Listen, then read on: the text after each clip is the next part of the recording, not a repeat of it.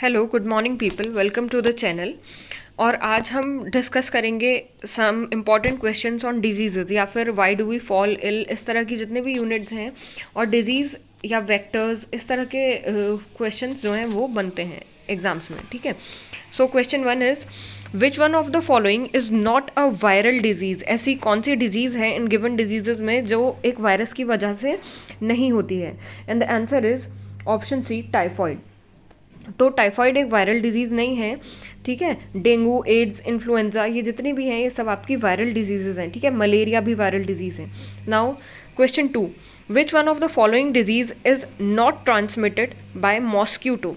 तो हमारे जो मॉस्क्यूटो हैं, मॉस्क्यूटो बहुत सारे डिजीजेस के लिए एक बहुत अच्छे ट्रांसमिटर्स या फिर वेक्टर्स का काम करते हैं, और इसीलिए बोला जाता है कि अपने आसपास कहीं भी मॉस्क्यूटोज के नंबर इंक्रीज होने के लिए, ब्रीडिंग ग्राउंड बनने के लिए कभी भी कहीं वाटर इकट्ठा ना होने दें। ठीक है, क्योंकि वो बहुत सारी डिजीज के ट्रांसमिटर्स की तरह एक्ट करते हैं। ठीक, तो ऐसी डिजीज जो मॉस्किटो से ट्रांसमिट नहीं होती है वो है टाइफॉइड। बाकी डेंगू, मलेरिया, ब्रेन फीवर, इस तरह की सारी डिजीजेज जो हैं मॉस्किटो उनके लिए बहुत अच्छे वेक्टर का काम करते हैं। ठीक है, टाइफॉइड जो है वो आपके कंटेमिनेटेड फूड और वाटर से, खासकर कंटेमिनेटेड वाटर से ट्रांसमिट होती है। Next, which one of the following can make you ill if you come in contact with an infected person? In given diseases में से कौन सी है जो कॉन्टेक्ट के बेसिस पे ट्रांसमिट हो सकती है? And the correct answer is option C, sneezing. जब हम स्नीज करते हैं तो आप गिवन पिक्चर में भी देखेंगे बहुत सारे टाइनी टाइनी ड्रॉपलेट्स जो हैं वो आपके आसपास के एटमॉस्फेयर में रिलीज हो जाते हैं, और उन ड्रॉपलेट्स की वजह से जो इन्फेक्शन है वो बहुत तेज़ी से फैलता है। आपकी चाहे रिसेंट में चल रही कोविड ही क्यों ना हो, तो उसका भी जो है, जो आपकी स्नीज है वो बहुत हार्मफुली आपके ड्रॉपलेट्स जो हैं वो एक्ट करते हैं। ठीक है, now next, we should not allow mosquitoes to breed in our surroundings because they, and the correct answer is, are vectors for many diseases. ठीक है, वेक्टर मतलब ट्रांसमिटर की तरह एक्ट करते हैं बहुत सारी डिजीजेस के लिए। ठीक, now next is vectors can be defined as. तो वेक्टर क्या हो सकता है?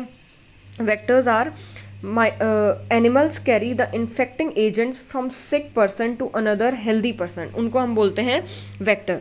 सपोज ये इंडिविजुअल इन्फेक्टेड है, ठीक है, तो इस इंडिविजुअल को इस इंसेक्ट ने बाइट करा, फिर उसके बाद ये इंसेक्ट क्या करेगा? ब्लड सक करने के लिए किसी दूसरे डिफरेंट ऑर्गेनिज्म को बाइट करेगा। ठीक, तो जब वो दूसरे नॉर्मल इंडिविजुअल को बाइट करेगा तो जो भी आपके वायरस या बैक्टीरिया होंगे तो वो क्या होंगे? वो इस नॉर्मल इंडिविजुअल में भी आ जाएंगे और फिर ये भी इन्फेक्ट हो जाएगा। फिर ऐसे ही ये चेन जो है आगे तक चलती रहेगी। ठीक है, तो वेक्टर्स होते हैं transmitters of diseases. Now next, you are aware of polio eradication programme in your city, children are vaccinated because. तो यहाँ बेसिकली पूछा गया है कि वैक्सीन क्या काम करती है। ठीक है, तो वैक्सीन का काम है, it creates immunity in the body. Vaccine हमारी बॉडी में उस पर्टिकुलर माइक्रो ऑर्गेनिज्म के खिलाफ जाकर इम्यूनिटी डेवलप करती है, ताकि हमें अगर कभी दोबारा उस सेम ऑर्गेनिज्म का, माइक्रो ऑर्गेनिज्म का इन्फेक्शन हो तो हमारी बॉडी जल्दी से इम्यूनिटी अपनी बना ले और उस इन्फेक्शन का हमारी बॉडी पर ज़्यादा असर नहीं होता। तो ध्यान रखिएगा, वैक्सीन कभी भी ऐसा नहीं है, सपोज आप कोविड की वैक्सीन लेते हैं तो उसका मतलब ये नहीं है कि जो वैक्सीन है वो आपकी बॉडी में जाकर जो कोविड वायरस है उसको मार देगी, बल्कि वो क्या करेगी? उस वायरस के खिलाफ आपकी बॉडी में इम्यूनिटी जनरेट कर देगी कि आपके शरीर को उस वायरस से लड़ने की क्षमता मिल सके। ठीक, now next is the disease that affect our lungs is. इनमें से ऐसी कौन सी डिजीज है जो हमारे लंग्स के ऊपर इम्पैक्ट डालती है?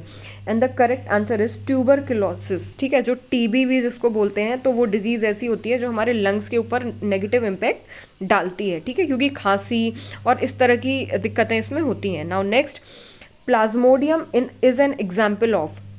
सो Plasmodium is an example of protozoa. Plasmodium वो माइक्रो ऑर्गेनिज्म है जो मलेरिया कॉज करता है। ठीक है, आप मॉस्क्यूटो कभी भी मलेरिया कॉज नहीं करता, मच्छर के काटने से मलेरिया नहीं होता, बल्कि अगर प्लाज्मोडियम से इन्फेक्टेड मॉस्क्यूटो आपको काटेगा, ऐसा मॉस्क्यूटो जिसके जो प्लाज्मोडियम जिसके अंदर है, तो तब वो आपको मलेरिया कॉज करेगा। ठीक है, तो मॉस्क्यूटो बस एक वेक्टर का एक्ट करेगा। ठीक है, वो ट्रांसमिटर ऑफ डिजीज है। अगर उसके अंदर प्लाज्मोडियम है तो वो आपको मलेरिया कॉज करेगा, वरना नॉर्मल बाइट करके, ब्लड सक करके आपका चला जाएगा। तो मलेरिया होगी किसकी वजह से? आपको प्रोटोजोआ की वजह से।